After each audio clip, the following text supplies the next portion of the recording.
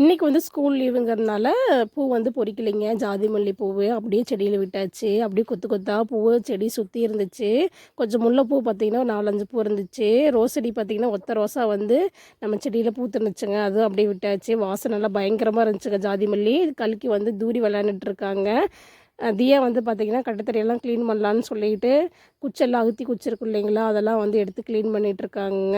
இன்றைக்கி ஸ்கூலுக்கு லீவுங்கிறனால ஆளுக்கு ஒரு வேலையை நம்ம வந்து கொடுத்தாச்சு. ஆடு பார்த்திங்கன்னா காட்டுக்குள்ளே அங்கங்கே ஒன்று கட்டி விட்டுருக்கோங்க. கெடா பையனை வந்து ஒரு ஓரமாக இருக்கட்டும், இல்லைனா எல்லாத்தையும் ராவடி பண்ணுவான்னு சொல்லி ஒரு ஓரமாக கட்டி விட்டாச்சு. நம்ம வாத்து பசங்களும் பார்த்திங்கன்னா தொட்டியில் ஏறி நின்றுக்கிட்டு அங்கங்கே வேடிக்கை பார்த்துட்ருக்கானுங்க. நம்ம கெடா பையன் வந்து தென்னை ஓலையெல்லாம் வந்து பிச்சு சாப்பிட்டுட்டு இருக்கான். நம்ம கருப்பு குட்டியெல்லாம் வந்து பார்த்திங்கன்னா வெள்ளாடு எல்லாமே தென்னை ஓலையில் எட்டுற மாதிரி அங்கங்கே வந்து கட்டி விட்டாச்சுங்க.